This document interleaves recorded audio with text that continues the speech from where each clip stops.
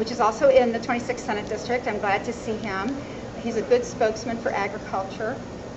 We have a lot of good farming in my district, as well as all through the state. The bioproducts bill, then, I remembered when I was in the legislature before that in the 1990s, Ohio State University had a purchasing situation. And I learned a lot from that, and I learned that their purchasing power was huge. So I thought, higher education, public higher education might also benefit and help us grow agriculture in Ohio by purchasing. And Bruce Johnson and I talked a lot about it, and I hope that the bill turned out the way he wanted it, because it was not our intention ever to make it difficult for anybody to purchase. In fact, the Soybean Council brought in for testimony in the Ohio House an expert who had been a purchasing agent for bioproducts and had written the federal purchasing manual for bioproducts to testify in the House. And she mentioned to us that all of the how-to information can be downloaded from the computer as to how to purchase. So in talking with the director of DAS, he thought this would be revenue neutral for his department. They just need to download the information and implement it and start purchasing. He has started the rule process already, so that when the bill becomes law in 90 days after the governor has already signed it, it can be implemented right away. So we're excited about that. And I'm hoping Senator Cafaro can tell you even more, because I don't want to tell everything. So here's my colleague, Senator Capri Cafaro.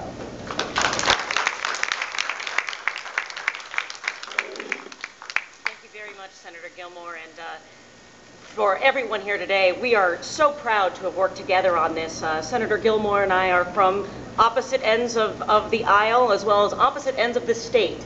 But we've joined forces in this because we have a shared passion for economic growth in the state of Ohio. I represent Trumbull and Ashtabula counties, which is in northeastern Ohio, clear all the way up to Lake Erie. And I often say that the 32nd Senate District is very much a microcosm of the state of Ohio. We have both a very robust manufacturing sector as well as a very large agricultural community as well in both Trumbull and Ashtabula counties.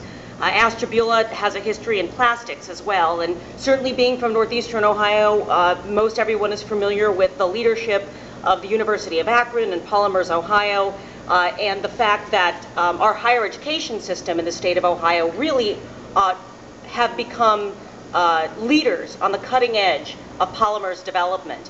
So, as Senator Gilmore mentioned, in 2007, because of my passion for economic growth and for agriculture, I was very fortunate to have the opportunity to be the vice chair of the Bioproducts Advanced Polymers Task Force. And one of the recommendations that we put forward was having basically a green procurement standard for the state of Ohio. So when we were sitting together on the Unemployment Compensation Advisory Council and found our shared passion, we said, what a wonderful jobs bill this would be. And it's been an absolute joy to have this be signed into law by Governor Strickland about 6 weeks ago, because this is really the first step towards becoming a national and international leader in bioproduct development. Because as you can see here, there are several different kinds of products that can go head-to-head with any petroleum-based product, household product, etc.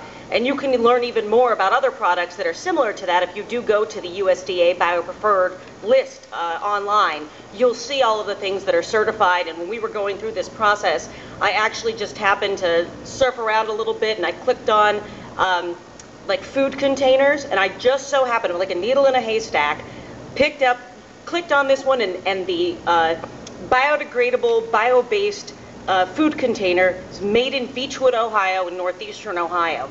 So you never know where these things are going to be, and that was the national USDA list. And I just so happened to strike gold when I first went on to the website to see that Ohio already is a leader and is absolutely understands the market for this.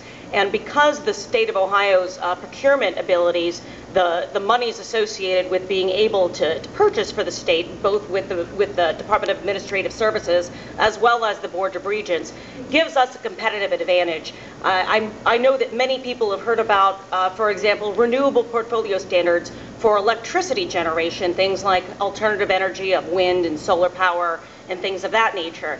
And when we passed that bill in 2008 now, early 2008, we really believed that Ohio would have a competitive advantage to other states because we had this renewable portfolio standard that would require electricity generation to come from these alternative sources.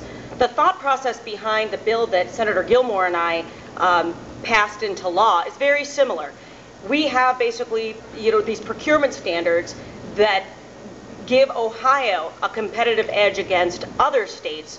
And I certainly hope, and I'm very optimistic, that when it actually is into law in less than 90 days now, that it will give us a great chance to have rapid growth in this 21st century industry and stimulating the economy, as I've said time and time again, our agricultural community, our manufacturing base, as well as our research and development talents, I believe will benefit greatly from the implementation of this law.